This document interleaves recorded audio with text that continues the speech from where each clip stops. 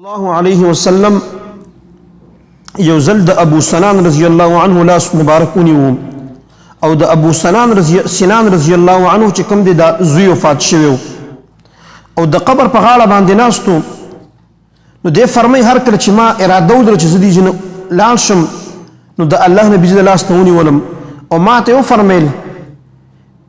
ایا زه تعالی زیر درنکم ای پلار د ابو سنان نعم ما ته فرمای ای د الله رسول ورینا مال زیر راکا نو دا حدیث هر هغه چا د پر ډیر فایدمن دی چې په چا باندې مصیبت راشي تکلیف راشي خاص کر د بچی تکلیف دا ډیر سخت تکلیف دی تا اردو کې لختي جګر ورته وي مطلب د زړه ټوټه ده او دا ډیر چې کوم دی دا غم ډیر درون وي نو د الله نبی دی بارک یو خصوصي خوشخبری دا اوري نبی کریم صلی الله علیه وسلم فرمای اذا مات ولد العبد هر کله چې د انسان یو زوی دا وفات شي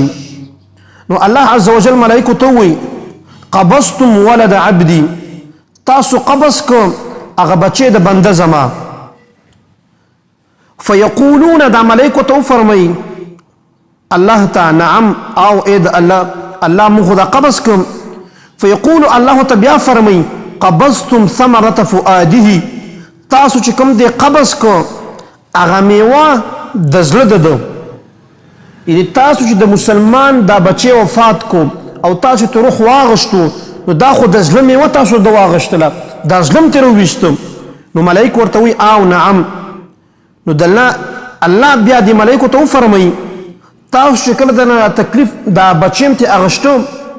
نو په دغه دوران کې د مسلمان په خپل باندې کلمات دا جاری شو کو نشو لکه عام زموږ مسلمانانو کې دا خبره ده چې بس تکلیف پراشي باج بدبخت چې کوم دینه شکر کلمې استعمالي یا الله زدري درېما او په ما تکلیفونه لازم او دا چې د شکرې کلمات دا وي د مسلمان د شان سره دا ډیره نامناسبه او ډیره دا نالایقه ده چې د الله طرف نه جو تکلیف وي چې الله تعالی د لپاره په تقدیر کې لیکلی وي په دې باندې دی خفوي او د الله تعالی نه شکوې کوي ګیلې کوي او د الله تعالی باندې اعتراض غوندې کوي کته وی الله دا دی ولې ملک نو الله تعالی په تقدیر کې دا لیکلی چې تعالی به زوی در کوم دومره عمر به تاسو سره تیری او بیا بدله چې کوم دی به زه وفات کوم او استاد دا خبره چې الله دې ته ولې وفات کو مطلب دا شو چې الله دغه کار خنوستا والعیاذ بالله ستا دغه فیصله زما د بچی باره کې خنوه ده نو دا حقیقت کې وړه خبره ده خو که د دې لکشن جوړ سوچ فکر دی ته وکړي دا ډیره د ظلم خبره ده د الله تعالی په تقدیر د الله تعالی په فیصله باندې اعتراض دی ده نو مسلمان له څه پکار دی نو عادي حدیث کې سره راځي نو دا ملائک الله ته جواب ورکړي چې موږ دنه د زړه ټوټه واغشتله خو دوی ویل حمدک واسترجع الحمدلله ویل چې الله راکړه والله واغشتم واسترجع او کلمه د استرجاع ویله کلمه د استرجاع چاته ویل کیږي انا لله وانا الیه راجعون علماء لیکلي دي دا کلمه د استرجاع په وړو کې مصیبت او په غټ مصیبت دواړو کې دا ویل مسنون دي پتا باندې تکلیف رالو نو په آی کې چې کوم دی دا کلمه د استرجاع ویل دا مسنون دي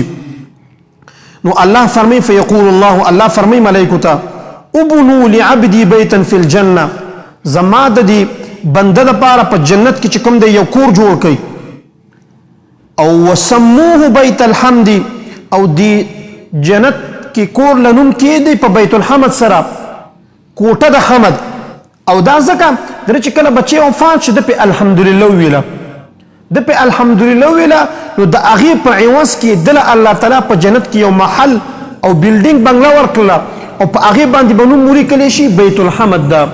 نو که هر چاته یو تکلیف سره رسېده نو هغه دا پکار دی چې تکلیف په وخت کې دی الحمدلله دی وي او کلمه د استرجاع دی وي کلمه د استرجاع په هر مصیبت کې دا مسنون ده که ورکوټ یې وي او که غټ وي